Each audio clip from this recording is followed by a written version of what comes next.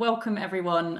Thank you so much to all of you for coming to today's webinar on the power of localized data for gender equality. So my name's Emma. I'm a senior research and data officer at the Women's Budget Group.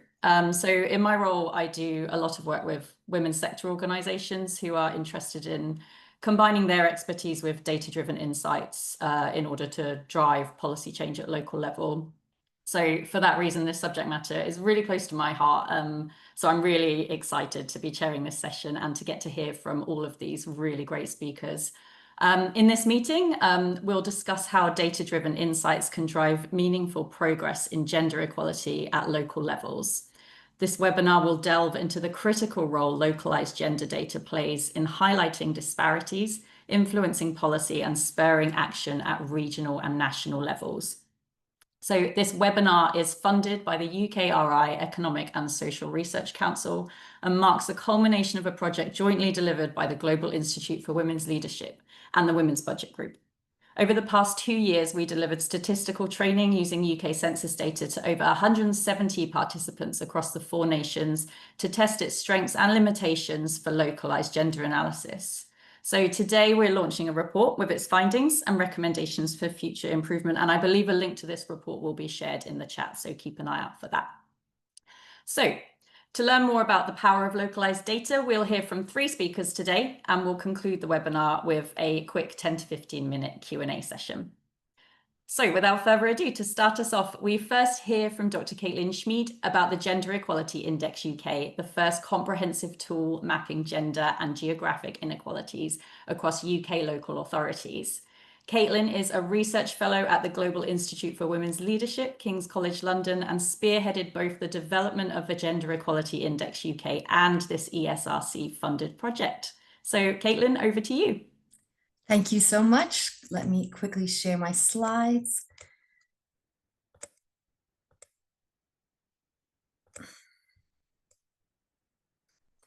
Okay, I trust you all see this. Can I get a nod from someone to... Yeah, wonderful. Okay, thank you so much everyone for joining, and thank you, Emma.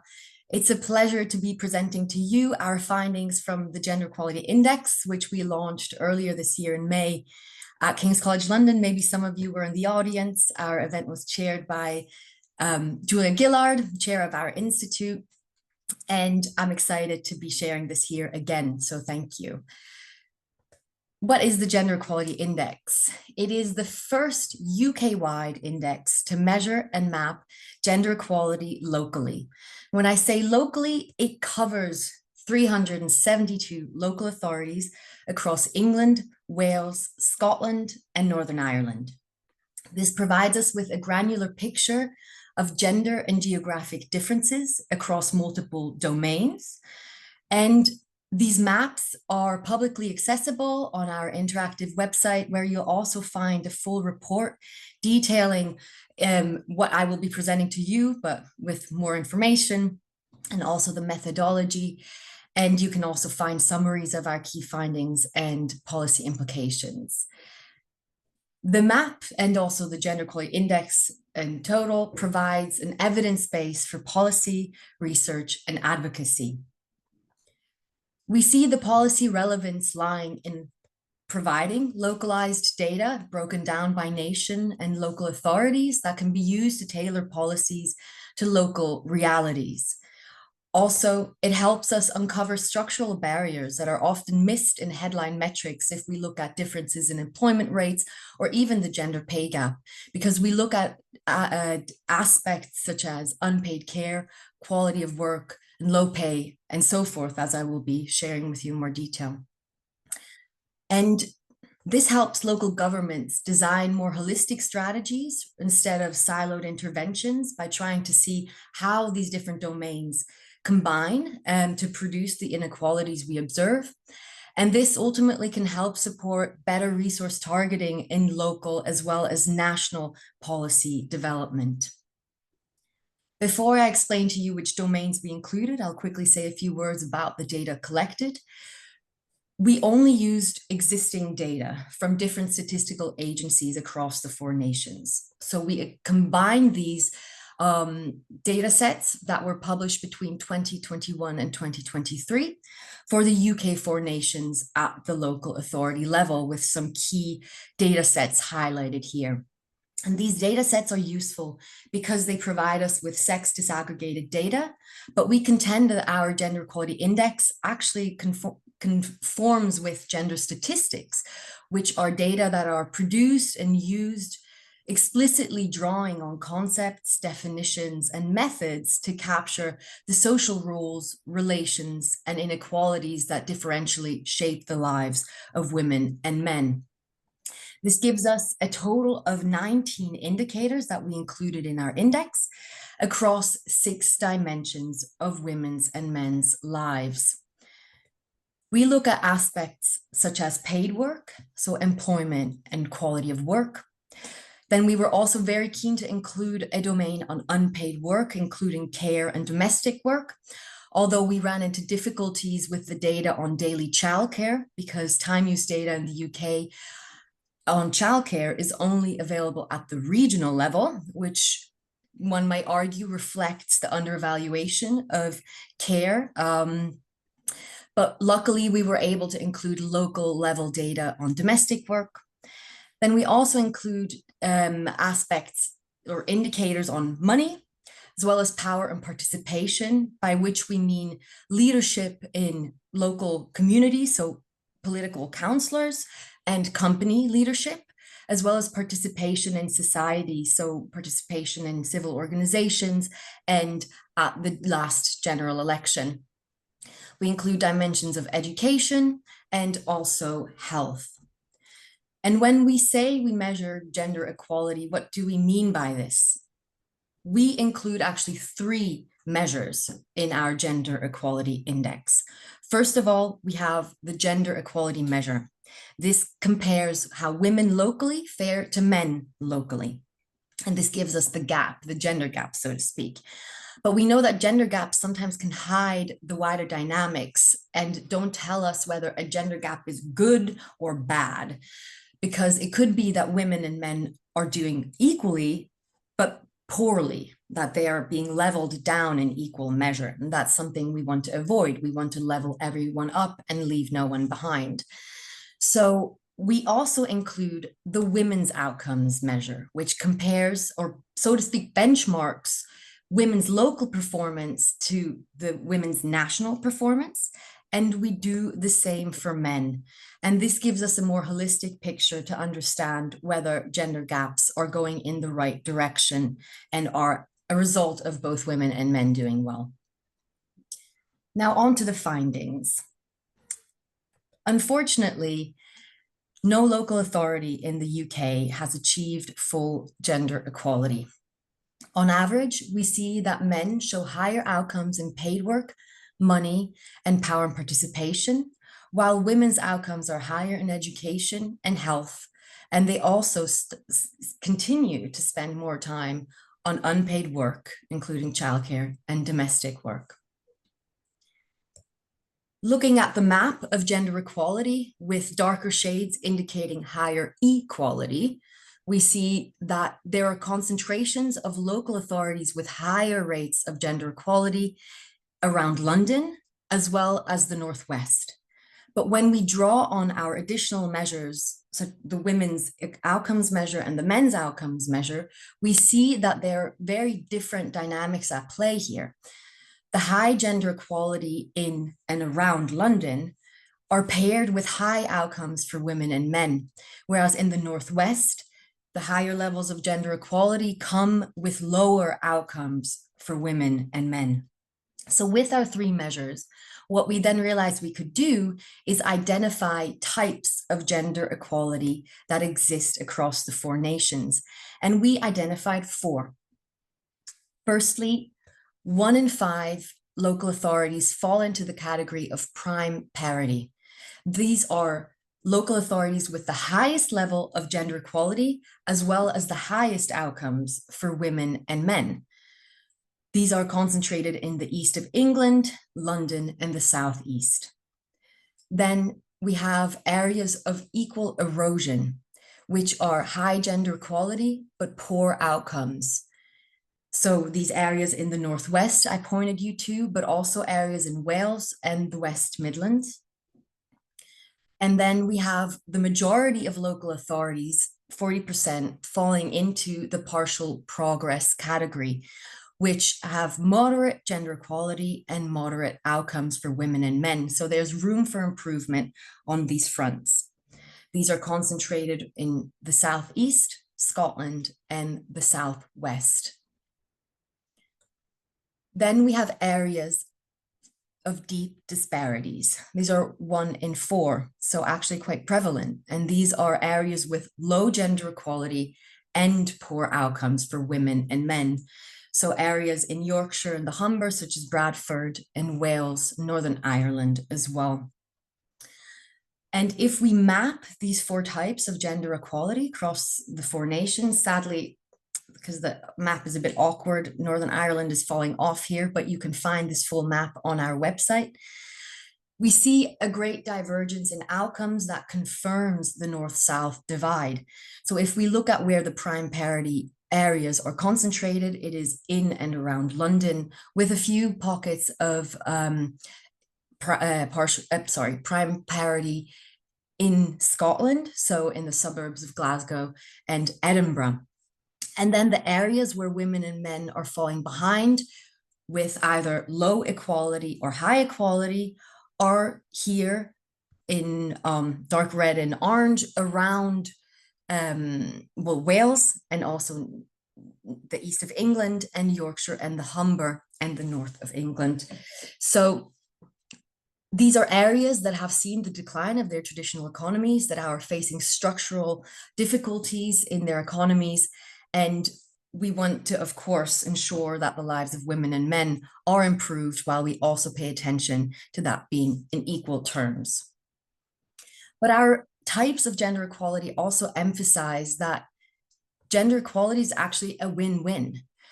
The highest levels of gender equality are found in areas where women and men do well. They have higher outcomes, but they also, we find in association, have a greater local productivity, and they also have greater economic activity, higher full-time employment, and higher wages. So when we argue for gender equality, we can show that this is not at the expense of anyone across the 4 nations. So how do we get there? We see that gender inequalities are especially large in the domains of unpaid work and power and participation. So action is needed in these domains in particular, but also across some of the other indicators that you can explore on the maps. And then we also see that where men spend more time on unpaid work, we of course see higher levels of gender equality, but also the outcomes tend to be higher for men. So what are the insights for policy? We reduced these down here, but we have a fuller list in our report as well as on the website that I encourage you to look up. But of course, we need to accelerate progress in unpaid work and power and participation, as I said, but I want to stress it again. And also that greater involvement in childcare and domestic work benefits men. So we really must encourage it.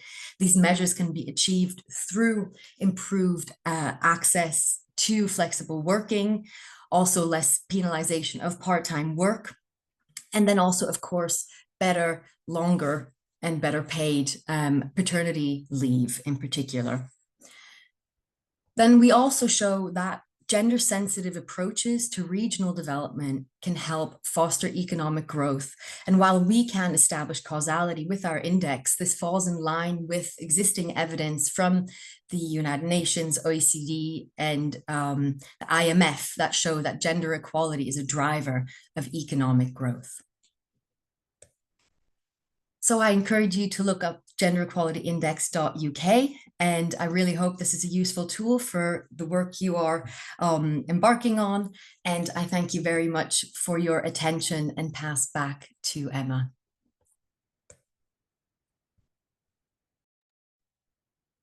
Amazing. Thank you, Caitlin.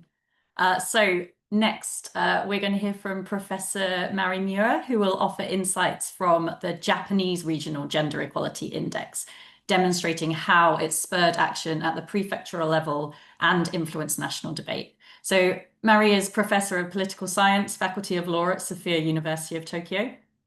She advises the all-partisan parliamentary group to promote women's participation in politics and co-founded the Academy for Gender Parity, which provides training programs for young women to run for office.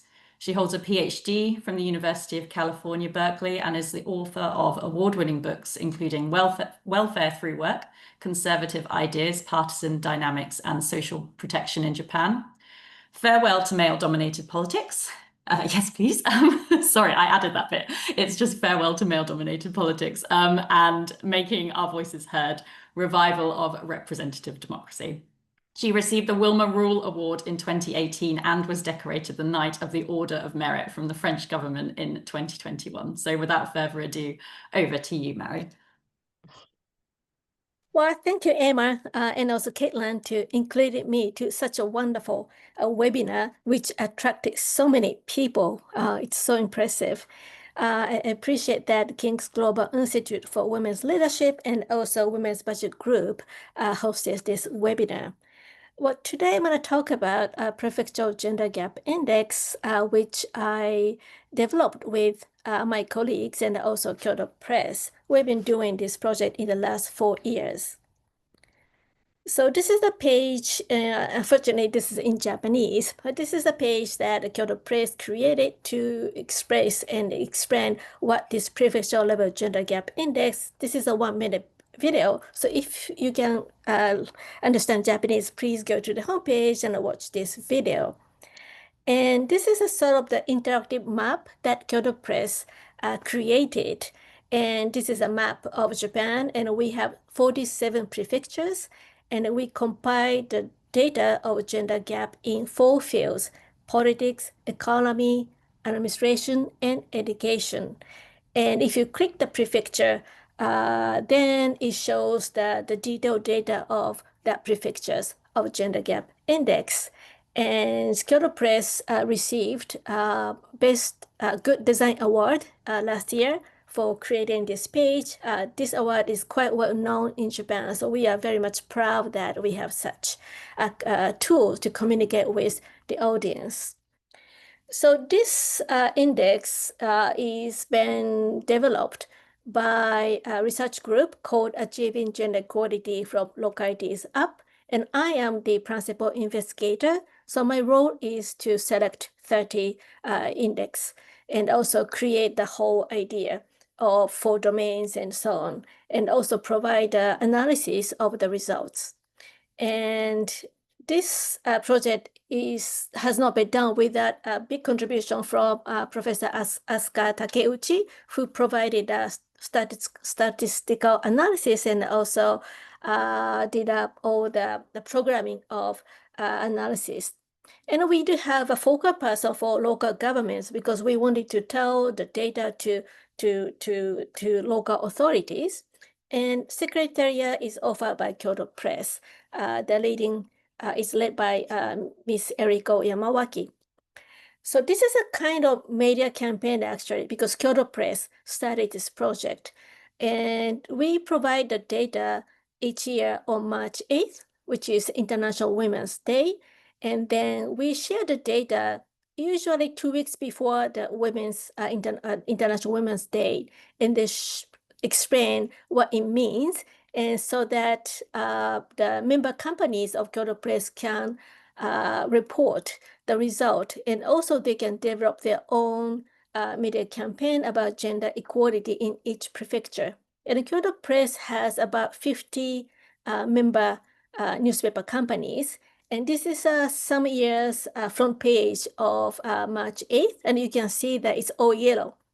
So most of local newspapers report the result of local gender gap index on the front page of March 8th. That's very stunning to see that, you know, the 50 newspapers, and most of them have yellow mimosa flower icons, and then and report the result of this year's gender gap index. So that's another the graph that Kyoto Press shared with local newspaper. This is a result of Tokyo, and we show this kind of diagram: politics, education, economy, and also administration. And if you're familiar with a gender gap index by World Economic Forum, you can see the difference because we didn't include health here. The Caitlin explained that in the UK team included health, but we didn't include health because there is a lower disparity in terms of health in Japan, but also we wanted to measure regional gap of women's health, not just gender gap index, but women's access to health. So we thought that maybe we need to have different measurement of women's health. So we excluded health, but we included administration because administration is a key driver of policy change. So we included what they has done or doing with respect to women's participation in administration. So this is the idea that we have these 4 fields. So let me explain very quickly what items we have. We included 6 items into politics. And unlike UK, our unit of analysis prefecture. So we have 3 layers in Japan: national level and the prefecture. We have 47 prefectures. And then within prefecture, we have cities and the villages and towns. So we compile all the data into prefecture level. So this prefecture level includes, for example, MPs. They are national politicians, but we include the data in it. And also gender gap in prefecture assembly, and also gender gap municipal councils. So it's a mixture of 3 layers of the government into prefecture level. That's what we did. And also governor, mayors, and also actually a lot of local municipal councils do not have any single women. So we counted the ratio of 0 women municipal councils. And administration, we have 60 items like a vice governor or managers, advisory councils, and so on. And we included disaster councils because in Japan, we have a lot of disasters like earthquakes and typhoon and so on. And all the government, national, local government have disaster councils, which often lack women in it. So we wanted to include this item. And also we included a childcare leave taken by men because most women have already taken childcare leave up to 1 year or sometimes even longer. But men, legally they can take childcare leave as much as women can take, but there are lots of hurdles for men to take. So we want to measure a childcare leave taken by men. Then education. So we weighted this item slightly in different way. Half of the weight goes to university enrollment, so gender gap in university enrollment. The other half goes to gender gap in education providers. That means principals and vice principals or education board. It's half and half because again, university enrollment is about students, the capacity to enter college, but education providers are basically administration. So we wanted to give pressure to local government that there are so many things that they can do to improve gender equality in education. So that's sort of our message. Economy, we have 7 items: employment rate, full-time employment, and also wage gap. And also we included, of course, board members, managers, CEOs, but also we included time use because, as Caitlin said, women bear a lion's share of domestic responsibilities, which is one of the core of the gender equality in public sphere. So we included this item into economic index. And also we included agriculture and fishery cooperatives. So I'd like to highlight 4 outcomes. First, we don't see any single winner. Before we calculated, we are afraid that Tokyo might be top in all 4 fields, but it wasn't that way. Tokyo stands quite well in politics and economy, but not other areas. And surprisingly, maybe not surprising, not so surprising, some small rural prefectures do quite well. Blue circle is Tokushima. It's a small prefecture in Shikoku. It stands quite well in 3 fields. Or Tottori, another small prefecture facing Sea of Japan, it also stands quite well in 3 areas. So that's a nice surprise. And we see a different movement in 4 areas. In politics, clearly we can see that is urban versus rural divide. Women do better politically in urban areas compared to rural areas. But administration, leadership matters. So when there is a governor who commit to gender equality, we can see actually a good outcome. So leadership clearly matters. And actually, Nagano Prefecture has the first prefecture which set a goal to rank within the top 10 in all 4 areas by 2030. The Nagano governor commit to this goal, which was really great surprise to us because that's exactly what we wanted to create. So we are so happy that the governor make such a commitment. And education, there's a huge regional variation. I did not realize that such huge variation exists in Japan because women's college enrollment rate is about 75% in Tokyo. It's equal to men, but the lowest college enrollment ratio is around 37% in some rural areas. So we realize that it's not just about gender gap, but also we have to emphasize that regional gap need to be reduced. Economy, that has interesting patterns. Prefectures with strong manufacturing sectors tend to have weaker gender equality. That's what we found. And also, where the prefecture with fishery stands poorly in gender equality because the man is a fisherman, right? Fisherman, and the women handles the work after the catch is brought ashore. So there is a clear division work in fishery compared to agriculture or manufacturing. Then we can also see a different movement between men and women. So we created an Econ Edu Index using 4 items of economic empowerment, also education. And then above top graph is about men, and the bottom is about women. And x-axis is Econ Edu Index. It's the standard deviation. And y-axis is about gender gap index. And for men, you can see a Y shape, whereas for women, it's a steady upward trend. That means that there is some sort of the bipolarization. So as Caitlin said, we can see the prime parity case, like Tokyo. This is really outlier. So both men and women stands quite high, and also there is a much lower gender gap.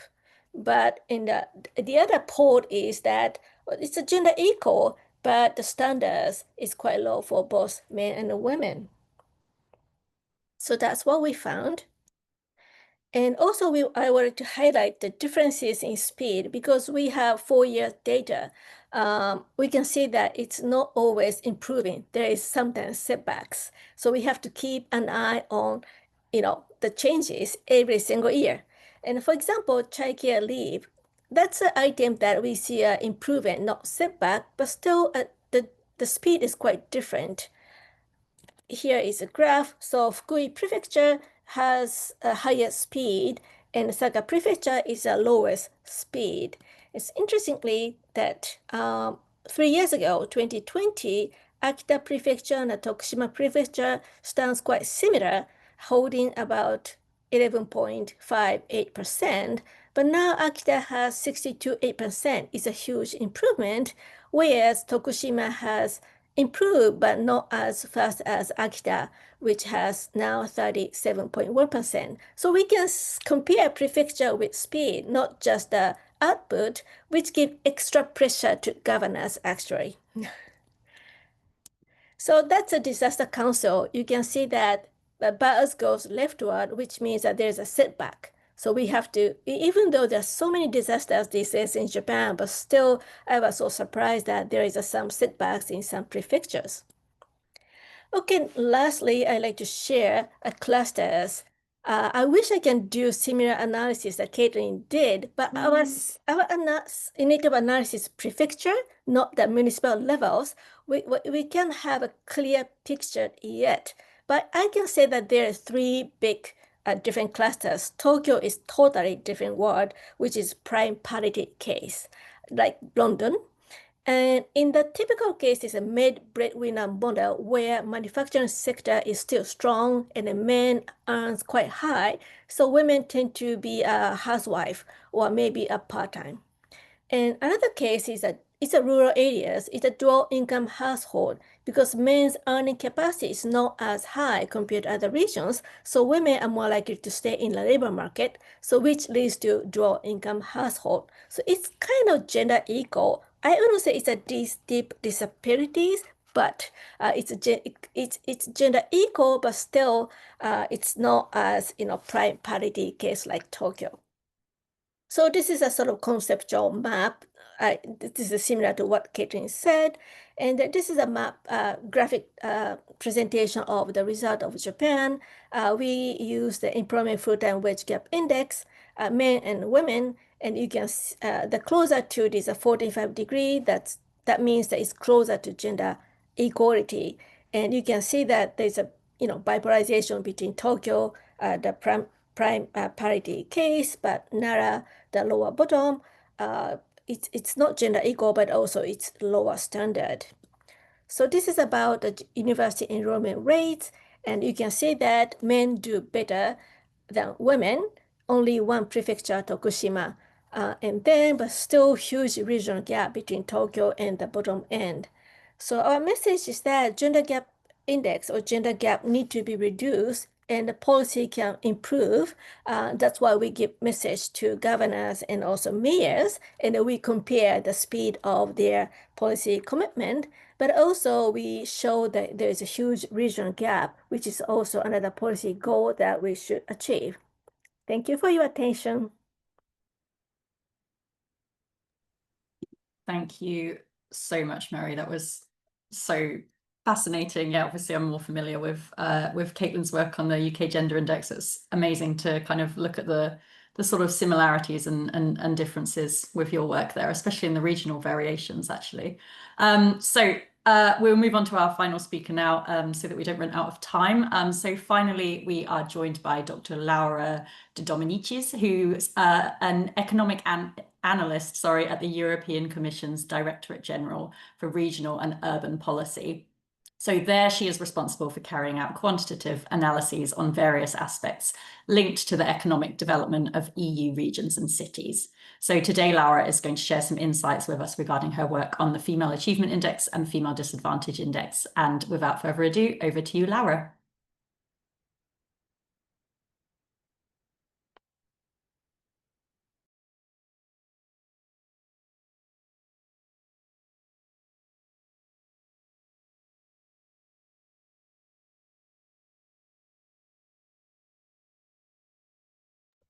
Laura, I think you have to unmute. Sorry.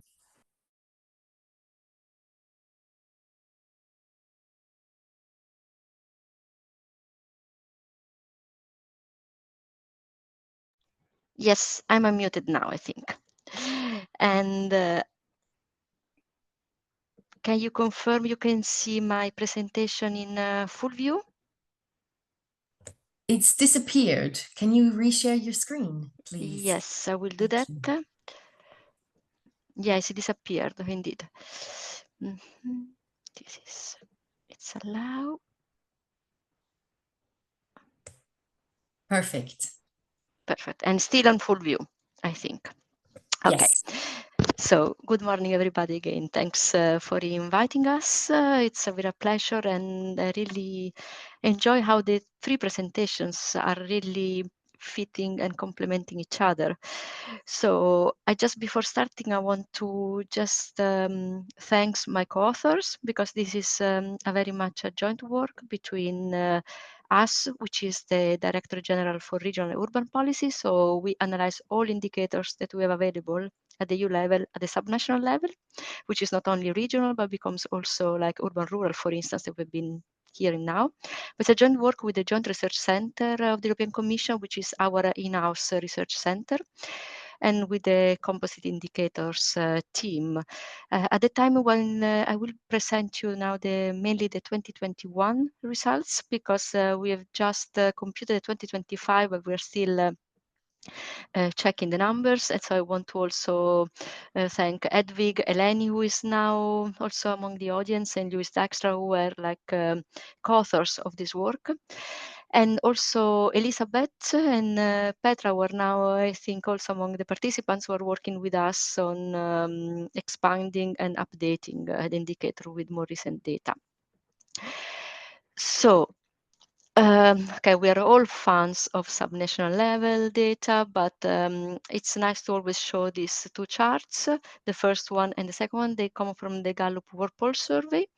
You might know the survey as a survey at the national level, perception-based, but since 2019, the European Commission is working closely with Gallup to boost the sample and have a survey which is representative of the subnational level for a few points in times, 19, 2022, and 2025. So we look at life satisfaction among women, and we see there is large variation among EU member states, EU countries, but these variations are also very marked when we look at the differences within each country. Each of these dots represents what we call the NUTS 2 regions in the European Union. For instance, for Italy, this will be province, 21 province. Some member states have larger variation, like Germany here, for instance. Some have short variations, like Denmark. But then also we want to look at the gender differences in life satisfaction. How women are more satisfied than men, or the other way around. And what we have like this group of countries here on the left side of the charts where women are more satisfied than men: Finland, Sweden, Portugal. And on the right side, we have member states, countries in the EU where men are more satisfied than women. Once again, once we plot regional differences, we see there are many more differences are emerging within each country. What are region Europe? As now we moved from the UK, then we went to Japan. So we don't have maybe infographics winner as the wonderful example of my previous fellow speakers from Japan. But this is basically how the European Union is divided into what we call regional regions at the NUTS 2 level. This is the level that for regional policy is very relevant, because cohesion policy distributes funds. Cohesion policy is the main EU investment policies, is dedicated to reduce disparities between regions, to support economic growth, business competitiveness, sustainable development. According to the level of GDP that you have, you receive more or less funds. So basically, if we look at the current programming period, regions in the EU are divided into less developed regions, whether your GDP per capita over 20, it was at that time 26, 29, was below 75% of the average. Then you have a transition region where basically your GDP average is between 75 and 100 of EU average. And then you have the more developed regions, which are the light yellow, where basically your GDP per capita is above, let's say, the EU average. So for each of these regions, we are collecting indicators. And especially, we had a research question at that moment. So far, we've talked mainly about gender equality, gender gaps. We actually wanted to create a monitor that was guiding us in improving our policies to improve the situation of women in the EU. So first question was, how do we measure female achievement? And then how do we measure disadvantages? So how women are lagging behind compared to men? But still with a focus mainly on women, and you will understand what I mean. So first we saw several gender equality indices at the national level for all EU countries, but really in 2019, where the pilot was like we work on the pilot exercise, there was not any regional version that was able to cover all regions of the European Union, which are about 246, with harmonized and comparable data. So that was the gap that we identify, and we work very closely with the Jersey to fill this gap. And we follow in creating this more technical, in creating the composite measure, because that's what we will have. We'll have a composite measure. We follow the stepwise approach, which has been proposed in 2008 by the Joint Research Center in association with the OECD. So how do we operationalize this intention to look at where women are performing at the best in the EU across regions and where have the least advantage compared to men? We had these two questions. These two questions basically were aiming at answering to the final question, which is the best regions, where the best regions, where the more favorable for women and men to live in. Because as we say, improving the situation for women in the EU meant that you are leveling up the whole situation, socioeconomic, for men and women to live there. So basically, we created a framework that is built on two composite measures, a female achievement index and a female disadvantage index.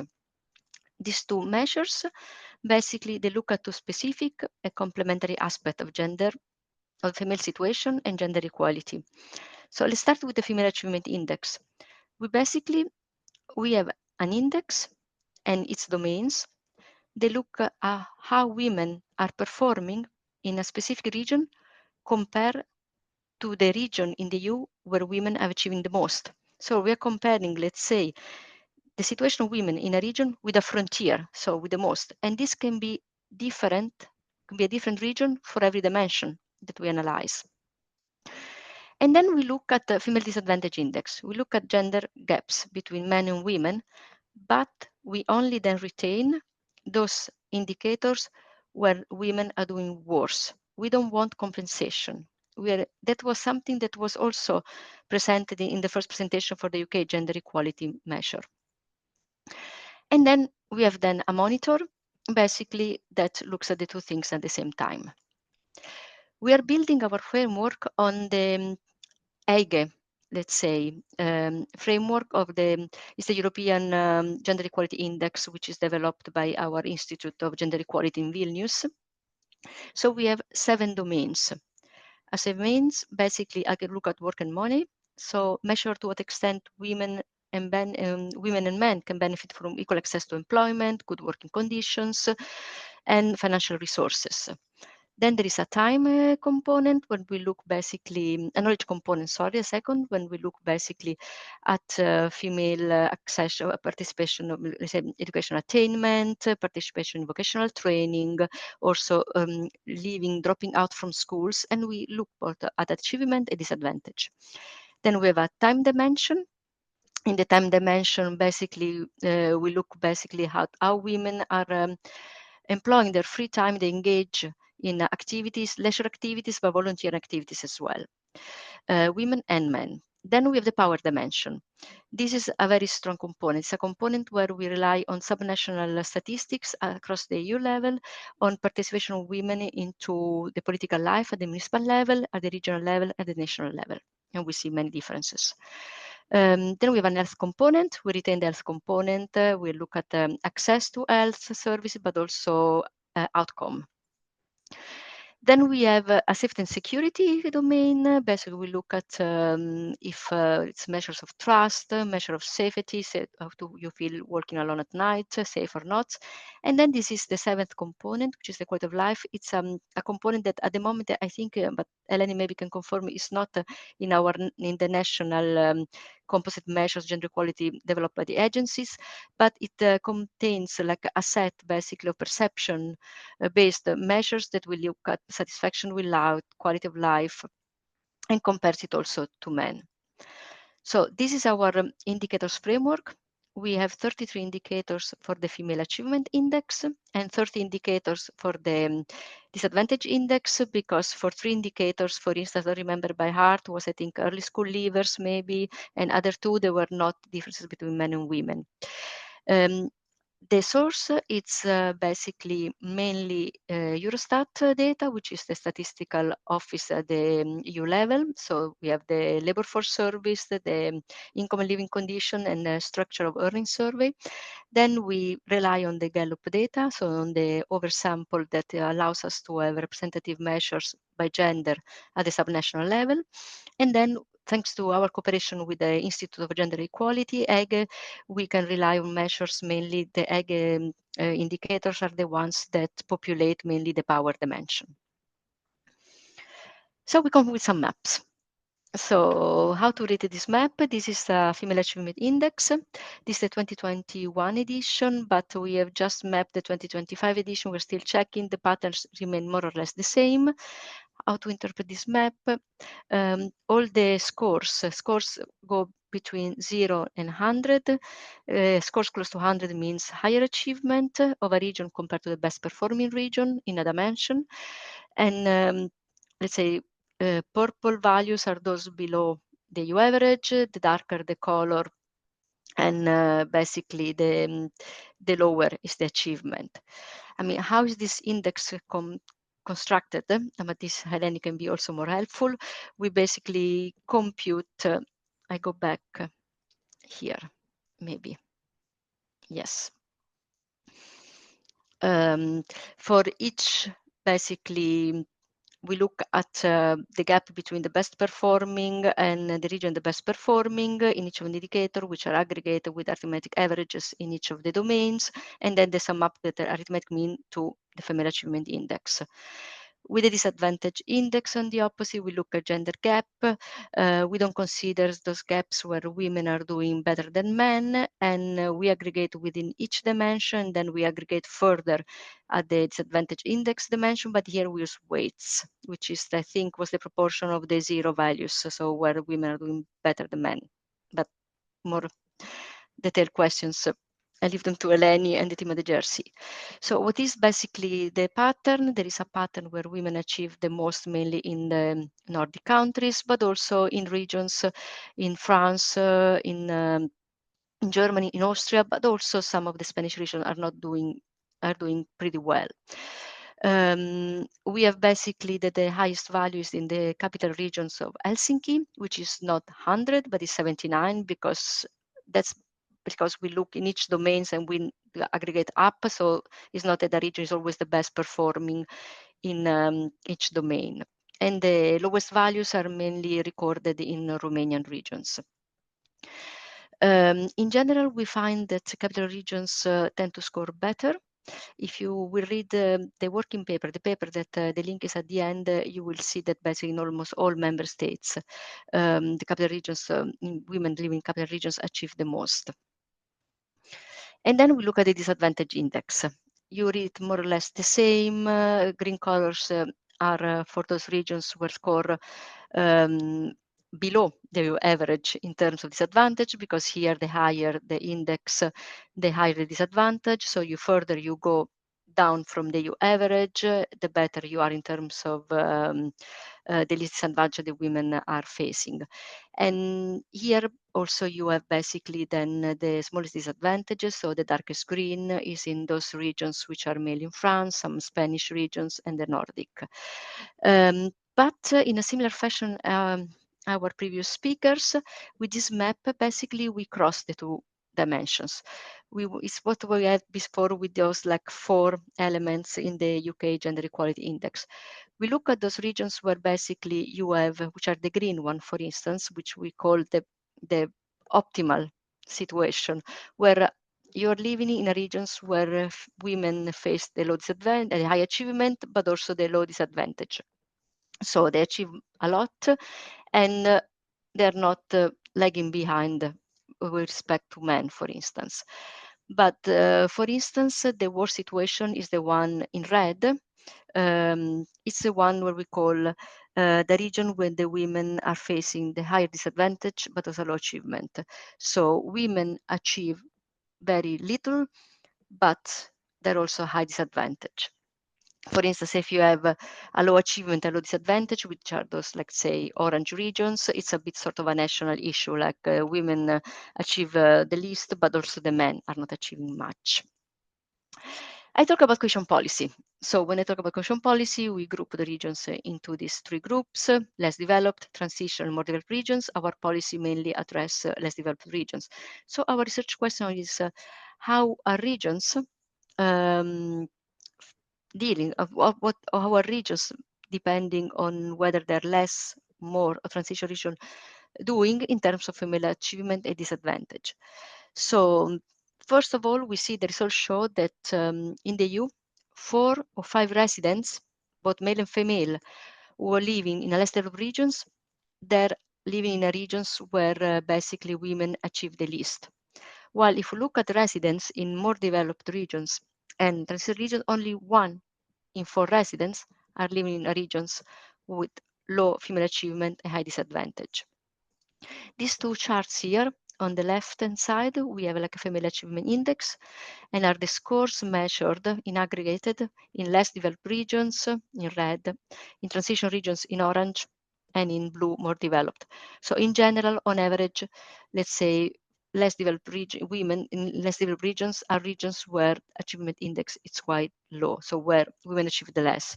And in general, they achieve very less developed regions are scoring very poorly in the power dimension, in the time dimension, but also in the knowledge dimension, but also in the work and money. So there's much that the policy still has to do to level up the situation of women in those regions. If we look at the disadvantage, basically, again, we see the disadvantages are the largest, mainly in less developed regions, so the red bubble here, and the gaps is very much into the power dimension, which makes us think if very few women are politically engaged in the political decision body, it's also very unlikely that the policy will reflect a step forward in terms of gender equality or female achievement. And then just, and I'm done here, just we will show you like 2 correlations that we are showing usually when we present these indices. Why it's important to level up the achievement of women in regions. We are comparing here basically 2 composite measures. On the y-axis, we have the female achievement indices across European regions, and on the x-axis, we have the quality of government index. The quality of government index is basically also a composite measure based on a dedicated survey that asks about satisfaction and experience of EU citizens in terms of corruption, quality of the services, and it's a corruption, quality, and partiality in 3 main public services, which is law enforcement, education, and healthcare. And we see that we don't have a causality here, it's just a correlation, but we see that basically those regions where women achieve the most are also the ones where the quality of the government is higher, the perceived and experience. Or can be that the quality of government is higher in those regions where women achieve the most. That's open to further research. But it's not only a social issue, it's also an economic issue. Here we are comparing basically our female achievement index with another composite measure that we produce together with our colleague at the GRC, which is the Regional Competitiveness Index. It's a measure, like a composite measure, looking at, like, say, 58 indicators and identifies a region according to whether it's competitive.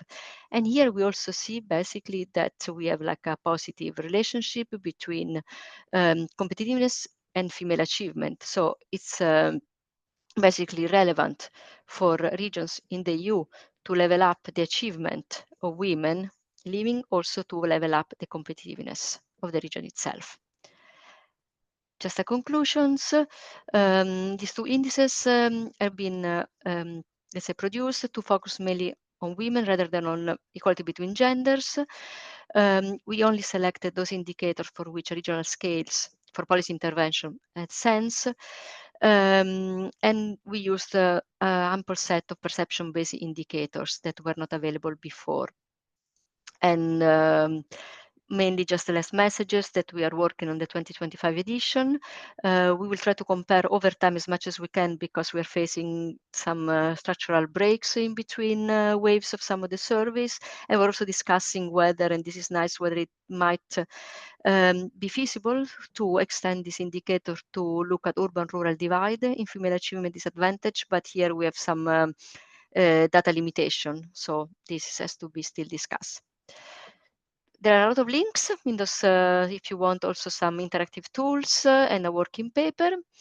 And just a big thank you for inviting us and to share our findings with you.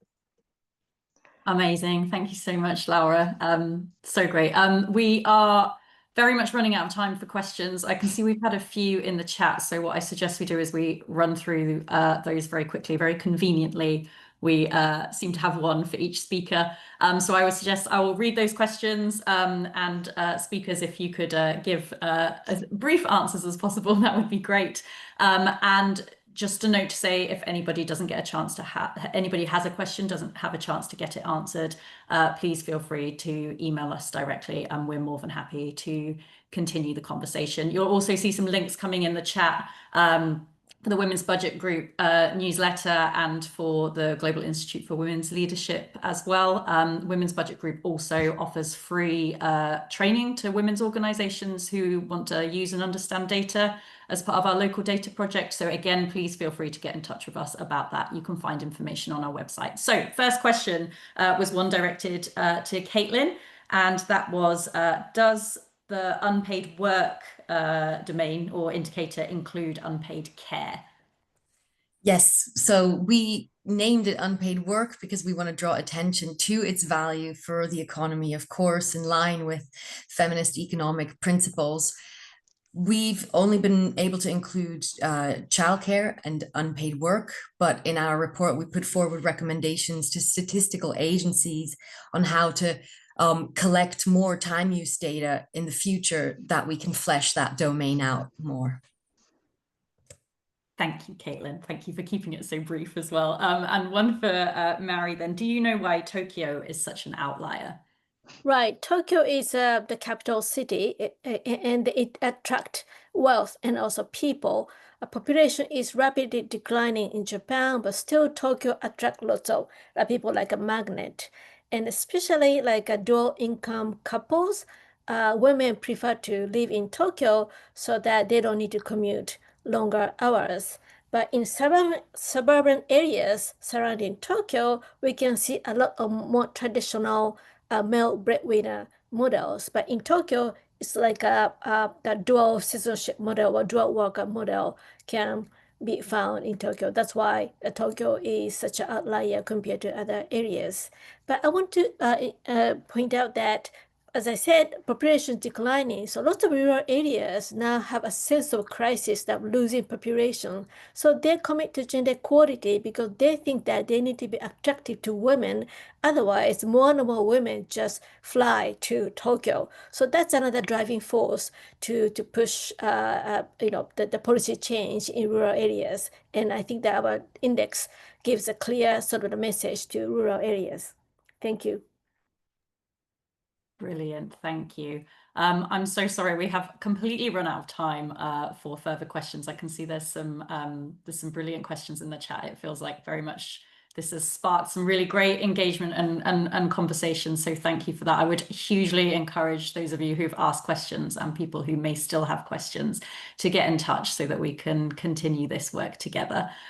So thank you so much for all of our amazing speakers for sharing your insights today. And thank you really so much for everybody who has attended and been so present and engaged throughout this process. Thank you very much. And we hope to speak to you all soon.